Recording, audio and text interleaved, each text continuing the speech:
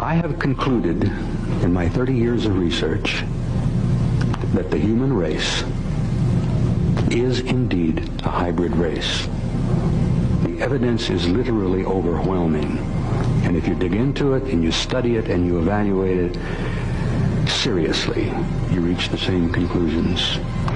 Every major religious philosophy in our history, on every part of this planet, whether it's in Europe, whether it's Christianity, whether it's Buddhism, whether it's Hinduism, every major human religious endeavor has told the basic same story. The human race is a hybrid race. We have been created here. We were seeded here. And we have been genetically manipulated here from the very beginning of our recorded history. And that genetic manipulation has never ceased. It is still going on, as Cecilia likes to say, even as we speak.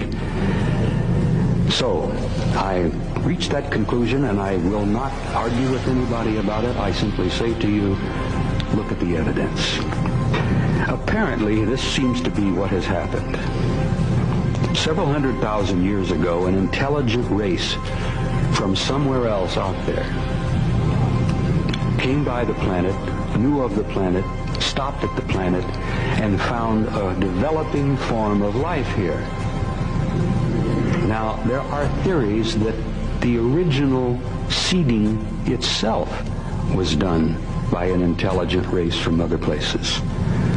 But some of the theories have stated that this advanced intelligence was on an excursion, a trip, and they stopped off here and found a developing form of life and decided to manipulate that developing form of life into a higher form. And they've been involved in that off and on, but continually, for at least 100,000 years.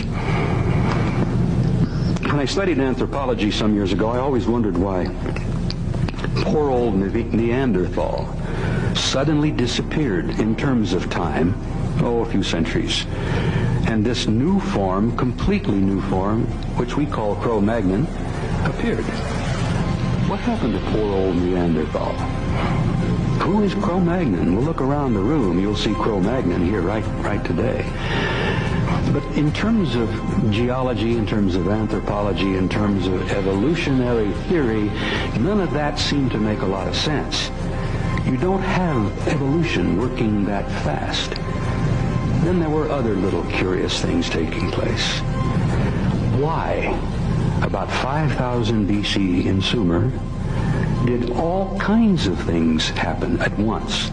A literal eruption of civilization taking place in the Euphrates and Tigris and Euphrates valleys. I mean, civilization blossomed and bloomed almost overnight. The people were taught, or they learned, agriculture, irrigation. They built cities. They knew how to plant farms. They knew how to harvest. They knew how to develop intricate governmental systems. They developed a military idea. They developed a very intricate theological and philosophical philosophy. And where did this all happen? Why did it all happen literally overnight? Well, Zecharia Sitchin, in his absolutely monumental work, clearly has the answer. In the great Sumerian tablets, in the cuneiform tablets, which preserve the complete history of the Sumerian people, the evidence is all there. Sitchin is probably one of about 10 people on the planet who can sit down and read cuneiform tablets like you and I read the morning paper. The Sumerians told us how it happened, how it came to be, where they got the knowledge, who taught them the knowledge.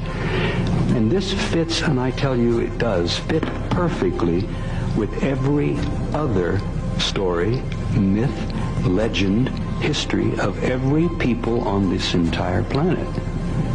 The human race is a hybrid. We were seeded here, and we have had what I like to call an intimate interrelationship with high technology, advanced intelligence for hundreds of thousands of years. Now, the crucial thing is that it's still going on. It hasn't stopped. They are still involved. And the big question has been for many of us is, who the hell are they and what are they doing with us? Which ties in perfectly with the ancient philosophical questions that each and every one of us has asked. Who are we? Who are we? How did we come to be here? What are we here for? And where are we going? And this is, if you remember from your own teachings, education, in school or church, the basic questions that human beings have been asking since the beginning of time. Who are we? Why are we here? And where are we going? And now in the last 25, maybe 50 years, enough people on this planet have seen enough evidence. They have had literally some of the facts and some of the evidence rubbed on their nose. And the world, the people of the planet, are slowly beginning to pay attention. And that to me is the part, the gratifying part, which has kept me involved in this and kept me committed in my small way to bring some of this information out. Not to preach to you, not to have a crusade of any kind, but simply to tell you that you are a special species. The carpenter from Galilee tried to explain it. Krishna tried to explain it. Mohammed tried to tell the story. Zoroaster tried to tell the same basic story. The Buddha even tried. Why is it that it's taken us so long to begin to grasp a little of the reality of who we are, why we're here, and what's going on? Well, my commitment to this thing has been growing over the years, and I will tell you that I'm involved in it, I'm committed to it, because I think that time is running out. I don't think it's going to be much longer before you see most of the answers. And the reason I share that with you is that I'm not trying to frighten you. And I'm not trying to preach or proselytize. I'm not trying to lead you in any direction. But I'm trying to say to you that in the next very few short years, you're going to be seeing things and you're going to be experiencing things that are going to literally change your life in ways you have never dreamed or imagined. You are going to learn who you are. You're going to find out why you're here. And you're going to find out where you're going.